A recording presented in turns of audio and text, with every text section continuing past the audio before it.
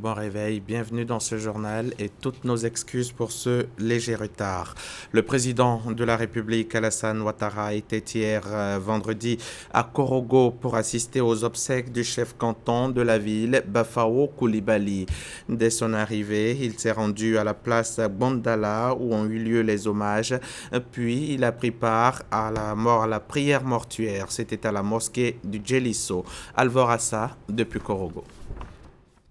C'est le 3 mars dernier qu'est décédé Bafao Coulibaly, chef de canton de Korogo. Il était l'un des fils du premier chef de province de Korogo, Pélé Forogon. Le président de la République Alassane Ouattara a effectué le déplacement pour ses obsèques. Après son arrivée à l'aéroport de Korogo, il s'est rendu à la place Bondala, lieu réservé aux grandes cérémonies à Korogo, où les populations se sont mobilisées pour dire adieu à leur chef canton Bafao Coulibaly. Premier chef des Dozo de Korogo lui-même, ils ont été les premiers à lui rendre hommage. Une prière a ensuite été dite par l'imam Bachi Ouattara, imam de la mosquée du Golfe, pour le repos de l'âme du dauphin. Suivra ensuite le porte-parole des rois et chefs traditionnels Dosso Lenissa, qui a remercié le président de la République Alassane Ouattara pour avoir effectué le déplacement pour rendre un dernier hommage à Bafao Coulibaly, qui a œuvré pour la paix et la cohésion sociale à Korogo. Majesté, homme au grand cœur et figure de proue, tu nous quittes après avoir rempli, voire très bien rempli, ta vie de ce monde. Majesté, tu as été et resteras pour toutes les populations de ta grande province, de toute la Côte d'Ivoire et surtout tes collègues rois et chefs traditionnels, l'incarnation de la sagesse, du soldat intrépide et ingénieux, de la paix, de la tolérance et de la cohésion sociale. Majesté, tu as été et demeureras l'authentique symbole de la force tranquille. Majesté, tu as entrepris de retourner à Souana alors que s'ouvre une ère de nouveaux challenges pour la Chambre nationale des rois et chefs traditionnels dont tu étais le premier vice-président. Coulibaly Amadou, au nom du Premier ministre Amadou Gon Coulibaly et de la grande famille Gon, a également remercié le président de la République Alassane Ouattara pour son soutien après le décès de leur patriarche Bafao Coulibaly. Bafao Coulibaly a enfin été conduit à sa dernière demeure après la prière du vendredi à la petite mosquée du Djelisso. Rappelons qu'il a occupé plusieurs fonctions administratives. Il avait 90 ans, il laisse derrière lui une épouse, 17 enfants, mieux toute une communauté. De retour ici à Abidjan, le vice-président Daniel Kablan-Duncan a reçu hier vendredi une délégation de l'ESSEC Business School de Paris. Vous le voyez en image, cette délégation est donc à Abidjan dans le cadre d'un voyage d'études sur la gestion et le développement des villes en Côte d'Ivoire. Elle va ainsi rencontrer les acteurs locaux pour un échange d'expériences sur les nouveaux mécanismes de management des collectivités territoriales. L'indemnisation des victimes des crises survenues en Côte d'Ivoire se poursuit. Depuis le lancement du processus par le chef de l'État en août dernier, le Programme national de cohésion sociale PNCS a procédé à l'indemnisation des dernières victimes de la phase pilote de cette opération. Également, à cette cérémonie, le gouvernement a exprimé sa compassion envers les accidentés de Kanafolo. Ces derniers se rendaient à l'inauguration du bitumage de l'axe Bundiali-Tengrela, une cérémonie en présence du chef de l'État. On en parle avec Sidonie Davila.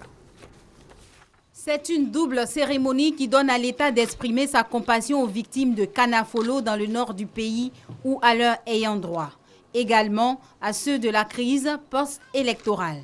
Les accidentés de Kanafolo, des personnes qui ont subi un accident de circulation, qui partaient accueillir son Excellence Monsieur le Président de la République pour l'inauguration du bitumage de l'axe Bundiali-Tengrela. Donc c'était des populations heureuses qui partaient à cet événement et qui ont malheureusement perdu la vie. Il y a eu également des blessés. Et séance tenant, son Excellence Monsieur le Président de la République nous a instruits pour prendre en charge toutes ces personnes. La deuxième cérémonie, c'est la compassion aux victimes des crises survenues en Côte d'Ivoire. Il y en a qui n'ont pas de papier, donc dès qu'ils ont les papiers, ils viennent.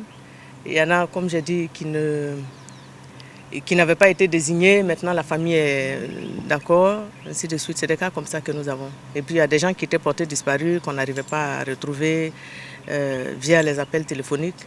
Dans le cadre d'un processus d'indemnisation lancé en août 2015 par le gouvernement ivoirien, les parents de 3000 personnes au moins sur 3500 personnes décédées ont reçu leur chèque. Ce jeudi, plus de 100 personnes sont indemnisées. Quand nous avons eu la triste nouvelle, nous avons appris l'heureuse intervention du chef de l'État.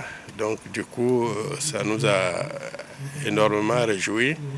Et ça nous a déchargé, disons, matériellement. On m'a donné le chèque parce que j'ai perdu mon mari dans les événements 2011. Je remercie beaucoup le gouvernement. Vraiment, il tient à ses promesses. Cette cérémonie d'indemnisation vient mettre fin à la première phase de l'opération d'indemnisation. La phase pilote va être secondée bientôt par une autre dite nationale. Elle se fera avec une liste consolidée.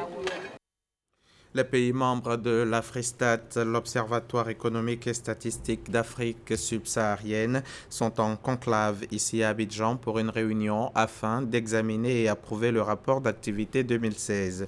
Il est aussi question d'analyser la mise en œuvre des recommandations, résolutions et décisions de sa 34e réunion. Cette réunion vise aussi à préparer la 27e session du Conseil des ministres qui se tiendra le 13 avril prochain, ici même à Abidjan. On en parle avec Herman Niamien.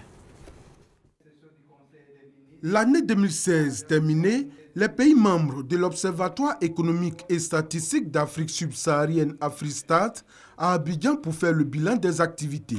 Il s'agit également au cours de cette rencontre d'examiner la situation de la mobilisation des ressources et les questions à soumettre à la 27e session du Conseil des ministres qui se tiendra ici même à Abidjan le 13 avril prochain. Et cette réunion nous a recommandé de poursuivre en particulier les recommandations en termes de mobilisation de ressources, parce que c'est ça qui permet de réaliser les activités de renforcement des capacités des États membres.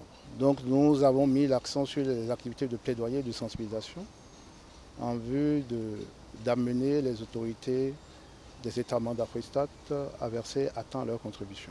Né de la volonté des États membres de la zone franc, avec l'appui de la France, l'Observatoire économique et statistique d'Afrique subsaharienne accompagne les États membres en mettant à leur disposition des informations statistiques de qualité, entre autres les statistiques des prix, la comptabilité nationale, les statistiques d'entreprise et les enquêtes auprès des ménages.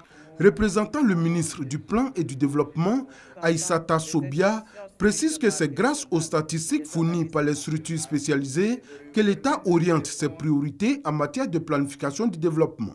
Tous les gouvernements ont besoin de statistiques fiables et en temps réel. Mais dans les pays en développement, comme les nôtres, ce besoin est encore plus important. En effet, les ressources sont très limitées et il est essentiel qu'elles soient utilisées de manière efficace et à bon escient. Pour cela, de bonnes statistiques sont nécessaires. Après bientôt 2 décennies d'existence, l'Observatoire économique et statistique d'Afrique subsaharienne est devenu un centre d'excellence en Afrique au sud du Sahara. Direction les locaux de la CNDHCI, la Commission nationale des droits de l'homme en Côte d'Ivoire, qui, en partenariat avec le Haut Commissariat aux droits de l'homme, a organisé une conférence récemment.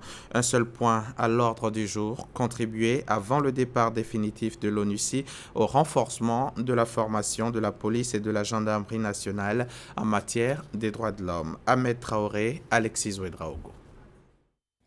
Les instruments internationaux des droits de l'homme ne sont presque pas intégrés dans les cours dispensés dans les académies de police ou encore de gendarmerie. Pour contribuer à une meilleure prise en compte de l'enseignement des dites notions, la Commission nationale des droits de l'homme en Côte d'Ivoire et son partenaire, le Haut Commissariat aux droits de l'homme, sont allés voir la police et la gendarmerie. L'ONUCI avait commencé un travail avec les grands commandements que sont la police et la gendarmerie dans le cadre de l'intégration de l'éducation aux droits de l'homme dans ces académies. Et donc, comme vous le savez, l'ONUCI s'en va très bientôt et cette activité revient à la Commission nationale des droits de l'homme. Et donc, il nous revient donc de continuer le processus avec ces deux corps. Une initiative jugée opportune par le porte-parole des deux institutions. Les notions des droits de l'homme sont des notions qui sont complexes, qui dans leur mise en œuvre ne sont pas forcément toujours bien suivis, mais il appartient à tout peuple, à toute institution de pouvoir à un moment donné s'arrêter et évaluer la mise en œuvre de ces droits et mieux les conduire. Ceci étant, la police nationale, tout comme la gendarmerie nationale, se feront fort de mieux analyser la situation qui vient d'être remise et de tout mettre en œuvre pour que les droits de l'homme soient mieux protégés en Côte d'Ivoire et mieux garantis. Avec le départ de l'ONUCI, la Commission nationale des droits de l'homme en Côte d'Ivoire estime qu'une sensibilisation sur les notions de droits de l'homme doit être renforcée. Le reportage d'Ahmed Traoré a été commenté pour vous par Alexis Ouedraogo.